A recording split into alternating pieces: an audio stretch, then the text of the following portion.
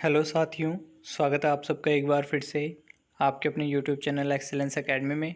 तो साथियों, जैसे कि आप सबको पता है कि मैंने आपके लिए यहाँ पर लूसेंट एमसीक्यूज़ की एक सीरीज़ शुरू की है, जिसमें कि मैं आपके लिए 20 क्वेश्चंस लेके आता हूँ और उसका जो है ये आज तीसरा पार्ट रहने वाला है, यानी थर्ड पार्ट है। तो अगर आपको वीडियो अच्छी लगती है तो वीडियो को लाइक करें और चैनल को सब्सक्राइब करें। और दोस्तों, इसी से मुझे पता चलेगा कि आप लोग को ये वीडियो अच्छी लग रही है या नहीं लग रही है, या फिर आपको सपोर्टिव लग रही है। ठीक है, तो आइए दोस्तों बात करते हैं यहाँ पर। आज का पहला प्रश्न है, निम्नलिखित में से किस विदेशी यात्री ने भारत का दौरा सबसे पहले किया था। तो यहाँ पर जो है, जो विदेशी यात्री भारत में आए उनके नाम दिए गए हैं। तो इनमें से जो है इसका ये राइट ऑप्शन बताना है कि कौन इनमें से जो है भारत में सबसे पहले आया था। तो आपके ऑप्शन हैं, ऑप्शन ए है मेगास्थनीज, ऑप्शन बी है फाहियान, ऑप्शन सी है हिनसांग, ऑप्शन डी है इत्सिंग। तो इस क्वेश्चन का जो राइट आंसर हो जाएगा वो आपका हो जाएगा मेगास्थनीज, क्योंकि मेगास्थनीज जो है यहाँ पर सबसे पहले आया था। और ये किसके दरबार में आया था? ये आया था आपका चंद्रगुप्त के दरबार में। साथ ही साथ जो है इनका आप अगर क्रम याद रखें कि कौन जो है इनमें से कब आया था, तो इसमें जो ऑप्शन बी है यानी फाहियान, मेगास्थनीज के बाद फाहियान आया था। फिर फाहियान के बाद जो है ह्वेनसांग, यानी ह्वेनसांग जो है वो हर्ष के दरबार में आया था। और ये जो फाहियान है ये आया था आपका चंद्रगुप्त द्वितीय के दरबार में। और जो ये इत्सिंग है, क्योंकि इत्सिंग भी क्या था, एक चाइनीज़ यात्री था, चीन से आया था। फाहियान और ह्वेनसांग भी चीन से आए थे। तो ये तीनों जो हैं चीन से आए थे। और जो इत्सिंग है वो कब आया था? वो आया था 7वीं शताब्दी में। ठीक है, तो इसका इस तरीके से इस क्वेश्चन का जो राइट आंसर हो जाएगा वो हो जाएगा ऑप्शन ए, यानी मेगास्थनीज सबसे पहले भारत में आया था इनमें से। नंबर सेकंड क्वेश्चन है आपका, क्वेश्चन नंबर सेकंड, जियोग्राफिया किसकी रचना है? तो जो ये जियोग्राफिया है ये किसकी रचना है? ऑप्शन ए है हेरोडोटस, ऑप्शन बी है मेगास्थनीज, ऑप्शन सी है स्ट्रैबो, या ऑप्शन डी है प्लिनी।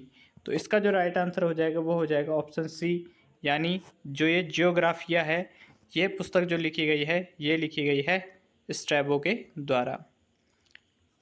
नेक्स्ट क्वेश्चन आता है आपका यहाँ पर, जो ये क्वेश्चन नंबर 3 है, प्लिनी की पुस्तक का नाम क्या है? तो प्लिनी की जो पुस्तक है उसका नाम क्या है? ऑप्शन ए है हिस्ट्री, ऑप्शन बी है नेचुरलिस हिस्टोरिया, ऑप्शन सी है जियोग्राफिया, या ऑप्शन डी है ज्योग्राफी।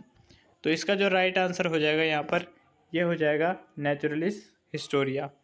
तो प्लिनी जो थे उनकी एक पुस्तक थी और उसका नाम क्या था? Naturalis Historia. नेक्स्ट आता है आपका क्वेश्चन नंबर 4, फाहियान कहाँ का निवासी था? तो ये जो प्रीवियस ईयर हैं, यानी प्रीवियस ईयर का क्वेश्चन है, पहले ये पेपरों में पूछा जा चुका है जो प्रीवियस एग्ज़ाम्स हैं आपके। तो जो ये फाहियान था ये आपका यहाँ पर ऑप्शन ए है भूटान, ऑप्शन बी है अमेरिका, ऑप्शन सी है चीन, ऑप्शन डी है बर्मा। ठीक है, तो यहाँ पर जो इसका राइट आंसर हो जाएगा वो फाहियान हो जाएगा, ऑप्शन सी, यानी जो फाहियान था वो चाइना का निवासी था, यानी चीन से वो आया था। और यहाँ पर जो बर्मा लिखा गया है, यानी बर्मा जो है वो ओल्ड टाइम में जो है बर्मा नाम से जाना जाता था, लेकिन प्रेजेंट टाइम में बर्मा ही क्या है आपका म्यांमार है। ठीक है, तो इस तरीके से इस क्वेश्चन का जो राइट आंसर हो जाएगा वो हो जाएगा ऑप्शन नंबर सी। नेक्स्ट आता है यहाँ पर क्वेश्चन नंबर 5, फाहियान किसके शासनकाल में भारत आया था? तो क्वेश्चन नंबर 5 है, फाहियान किसके शासनकाल में भारत आया था? ऑप्शन ए है आपका चंद्रगुप्त प्रथम, ऑप्शन बी है अशोक, ऑप्शन सी है हर्षवर्धन, ऑप्शन डी है चंद्रगुप्त द्वितीय। तो जो ये फाहियान था ये आपका चंद्रगुप्त द्वितीय के दरबार में आया था, जो कि क्या था, एक गुप्त साम्राज्य या फिर गुप्त वंश का राजा था। उसके दरबार में ये चंद्रगुप्त द्वितीय के दरबार में फाहियान आया था। इस तरीके से इस क्वेश्चन का राइट आंसर हो जाएगा ऑप्शन नंबर डी। नेक्स्ट बात करते हैं यहाँ पर क्वेश्चन नंबर 6, हर्षवर्धन के समय में कौन सा चीनी यात्री भारत आया था? तो हर्षवर्धन के समय जो है जो चीनी यात्री यहाँ पर आया था उसका नाम जो है आपने बताना है। तो आपका ऑप्शन ए है फाहियान, ऑप्शन बी है इत्सिंग, ऑप्शन सी है मेगास्थनीज, ऑप्शन डी है ह्वेनसांग। तो इस क्वेश्चन का जो राइट आंसर हो जाएगा वो हो जाएगा ऑप्शन नंबर डी, क्योंकि ह्वेनसांग जो था वो यहाँ पर जब हर्षवर्धन यानी वर्धन वंश का जो राजा था हर्षवर्धन, उसके समय पे क्या आया था, ह्वेनसांग जो है यहाँ पर आया था इंडिया में। इस तरीके से इस क्वेश्चन का राइट आंसर हो जाएगा ऑप्शन नंबर डी। नेक्स्ट बात करते हैं यहाँ पर क्वेश्चन नंबर 7। 9वीं शताब्दी में यानी 9वीं सदी में भारत आए अरब यात्री सुलेमान ने किस साम्राज्य को रुहमा कहकर संबोधित किया था। ठीक है, तो यहाँ पर क्या कहा है कि जो अरब से यानी 9वीं शताब्दी में जो अरब यात्री सुलेमान आया था, उसने जो है जो इंडिया में साम्राज्य था यानी किसी साम्राज्य को जो है उसने रुहमा नाम से पुकारा था। तो वो किसके लिए उसने यहाँ पर प्रयुक्त किया था। तो आपके ऑप्शन हैं, ऑप्शन ए है पाल, ऑप्शन बी है प्रतिहार, ऑप्शन सी है राष्ट्रकूट, ऑप्शन डी है सेन। तो जो अरब यात्री सुलेमान था उसने जो है यहाँ पर ऑप्शन ए इसका राइट आंसर हो जाएगा, यानी पाल वंश को जो है उसने क्या कहा था, रुहमा कहा था। ठीक है, तो इस तरीके से आपका इसका आंसर हो जाएगा ऑप्शन नंबर ए। नेक्स्ट आता है क्वेश्चन नंबर 8, और ये जो है आपका एक प्रीवियस ईयर क्वेश्चन है, काफ़ी इंपॉर्टेंट क्वेश्चन रहता है एग्जाम्स में कि अल बरूनी किसके शासनकाल में इतिहासकार था। ठीक है, तो जो ये अल बरूनी है ये किसके शासनकाल में जो है यहाँ पर इतिहासकार था।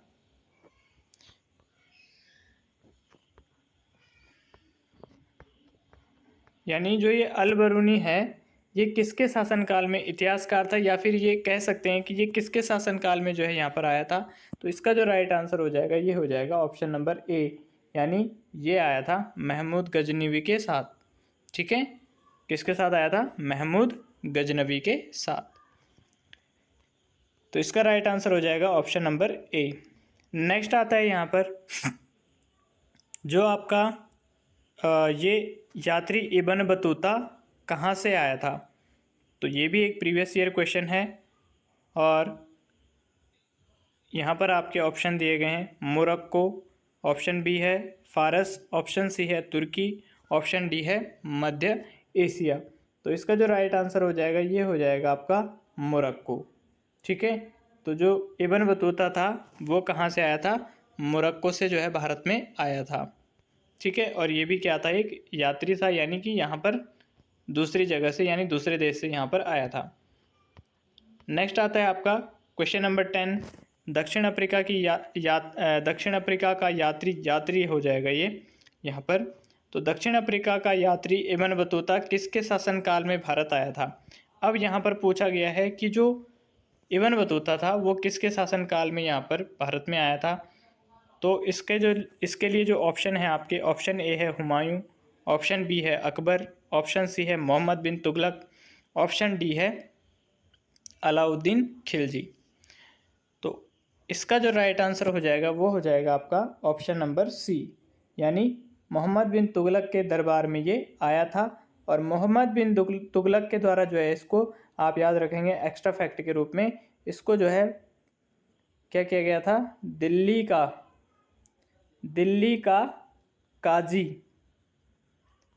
का काजी जो है यानी न्यायाधीश, दिल्ली का काजी जो है इसने इसको यानी इब्न बतूता को क्या किया था, मोहम्मद बिन तुगलक के द्वारा नियुक्त किया गया था। तो इस तरीके से इसका राइट आंसर हो जाएगा ऑप्शन नंबर सी। नेक्स्ट आता है आपका यहाँ पर क्वेश्चन नंबर 11। फारस के सुल्तान मिर्ज़ा शाहरुख के राजदूत अब्दुल रज्जाक 1443 से 44 ईस्वी में किस विजयनगर सम्राट के शासनकाल में विजयनगर की यात्रा पर आए थे। तो यहाँ पर पूछ रहा है ये कि जो फारस का सुल्तान था मिर्ज़ा शाहरुख, ये राजदूत यानी अब्दुल रज्जाक, इसका जो राजदूत अब्दुल रज्जाक था ये विजयनगर सम्राट के किस शासनकाल में विजयनगर की यात्रा पर आया था। तो यहाँ पर आपके ऑप्शन हैं, ऑप्शन ए है देवराय प्रथम, ऑप्शन बी है देवराय द्वितीय, ऑप्शन सी है कृष्ण देव राय, या ऑप्शन डी है सदाशिव राय।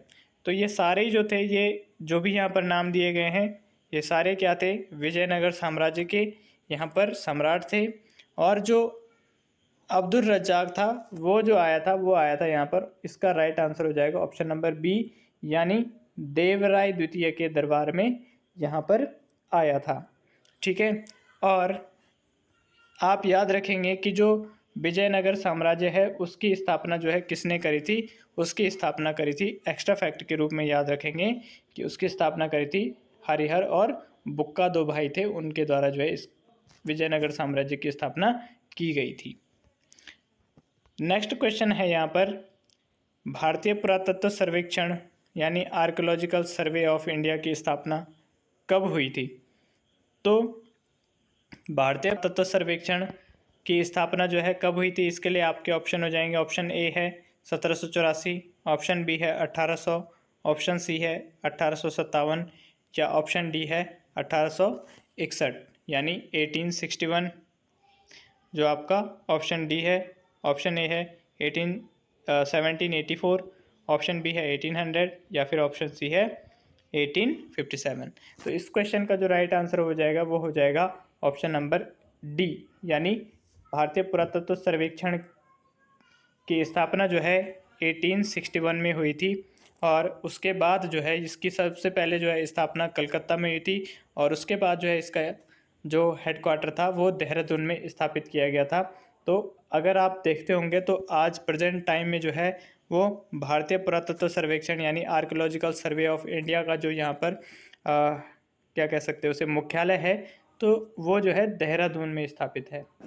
ठीक है, कहाँ स्थापित है? देहरादून में। ठीक है। नेक्स्ट आता है यहाँ पर नंबर 13, भारतीय पुरातत्व का जनक किसे कहा जाता है? तो फादर ऑफ इंडियन आर्कोलॉजी, तो इसके लिए जो है आपका यहाँ पर ऑप्शन ए है अलेक्जेंडर कनिंघम, ऑप्शन बी है जेम्स प्रिसेप, ऑप्शन सी है जॉन मार्शल, ऑप्शन डी है मार्टिमर व्हीलर। तो इसका जो राइट आंसर हो जाएगा इस क्वेश्चन का, ये हो जाएगा अलेक्जेंडर कनिंघम। तो अलेक्जेंडर कनिंघम को जो है यहाँ पर क्या कहा जाता है? फादर ऑफ इंडियन आर्कोलॉजी, क्योंकि ये काफ़ी इंपॉर्टेंट क्वेश्चन है और प्रीवियस ईयर में पूछा जा चुका है, तो इसलिए जो है आप इसको याद रखेंगे। नेक्स्ट आता है यहाँ पर क्वेश्चन नंबर 14, निम्नलिखित विद्वानों में से हड़प्पा सभ्यता का सर्वप्रथम खोजकर्ता कौन है? तो इसके लिए जो है यहाँ पर आपके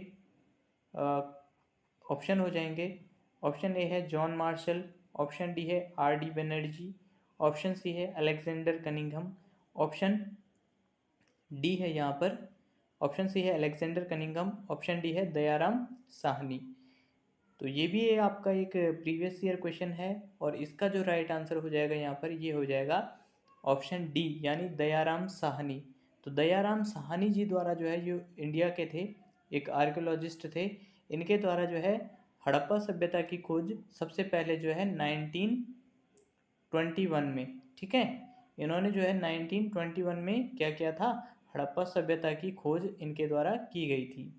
तो इस तरीके से इस क्वेश्चन का राइट आंसर हो जाएगा ऑप्शन नंबर डी। नेक्स्ट आता है यहाँ पर क्वेश्चन नंबर 15, हड़प्पा सभ्यता की खोज किस वर्ष में हुई थी?